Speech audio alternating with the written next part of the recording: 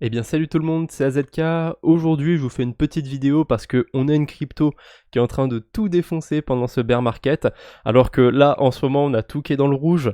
Il y a toujours cette attaque de la SEC envers Binance qui vise certaines cryptos, qui les qualifie de securities, et c'est pour ça qu'on a des cryptos comme Solana, Cardano, Avalanche, Atom qui se font juste défoncer. Alors peut-être qu'il y a d'autres news encore que j'ai pas vues, qui sont pas passées, qui vont tomber et qui vont avoir un impact sur le marché. Mais pour l'instant, on est vraiment autour de cette affaire-là. Moi, je pense que c'est pas le moment de paniquer le plus.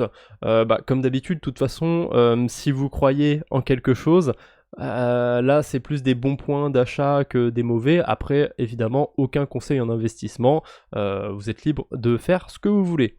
Bref, moi, ce qui m'intéresse, c'est pas le marché en soi. C'est dans le rouge, c'est triste.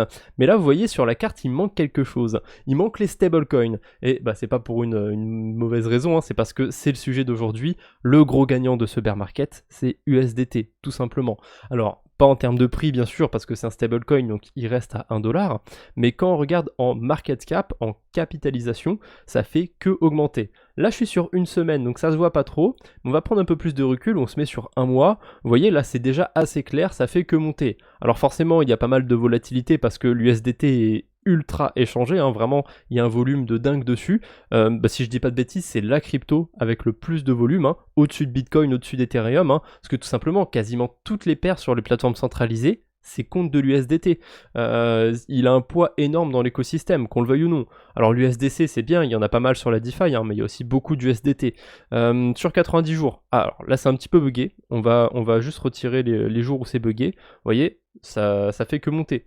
Sur 180 jours, pareil, ça fait que monter. Sur un an, ça commence à être un petit peu différent. Et si on se met en maximum, on voit qu'on avait déjà fait un ancien ATH à 83,5 milliards de dollars. Et je vous laisse deviner, voilà, on y est. On est à 83,5 milliards de dollars à peu près sur l'USDT. Il en passe de nous faire un nouvel ATH. Est-ce que sur cette année, il va atteindre une market cap de 90, de 100 milliards de dollars? Ça peut être rigolo. On va faire un petit jeu de prédiction dans les commentaires. N'hésitez pas à mettre un montant. À votre avis, ça va être quoi le maximum qu'il pourrait atteindre cette année? 90, 95, 100 milliards, encore plus? Ou alors, est-ce que là, il est déjà au maximum? Je suis curieux de voir ça. N'hésitez pas à me le dire en commentaire et je ferai peut-être un sondage aussi sur Twitter, pourquoi pas, ça peut être rigolo.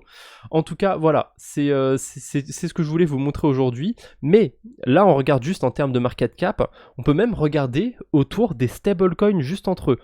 USDT est en train de prendre une de ses dominances pendant tout le bull run de 2021 et tout le bear de 2022, si je dis pas de bêtises. USDT n'a jamais eu d'aussi grosse dominance, une aussi grosse plutôt au singulier. Enfin, c'est assez dingue. Il est à 65% de dominance. Alors on a le BUSD qui s'est fait défoncer, pareil, la SEC ils ont dit vous arrêtez d'en émettre en 2024.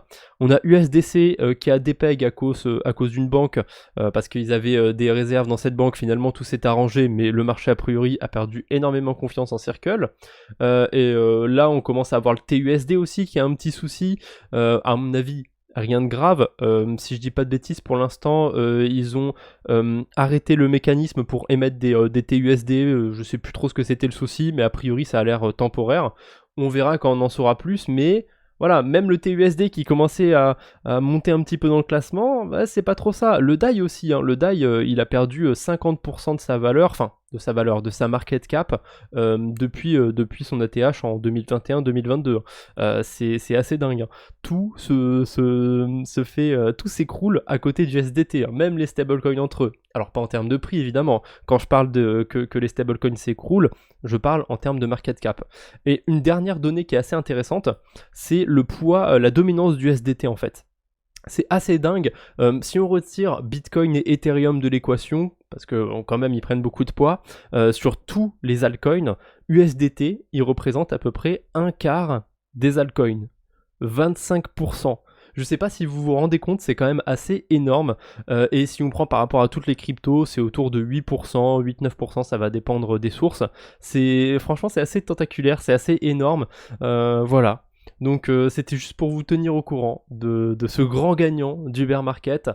Faites attention aussi aux news que vous voyez passer en ce moment sur Twitter, etc. Quand on est dans des phases comme ça, bien baissières, bien sanglantes sur le marché, il y a plein de gens qui vont relayer les premières fake news qui passent. Donc soyez quand même prudent, faites attention à ce que vous lisez, surtout sur Twitter. Il y a plein de choses qui sont intéressantes, qui sont vraies sur Twitter, hein, mais quand on a des phases comme ça, il faut quand même être prudent. Allez, je vous embête pas plus, on se retrouve bientôt j'espère, d'ici là, portez-vous bien, et salut tout le monde!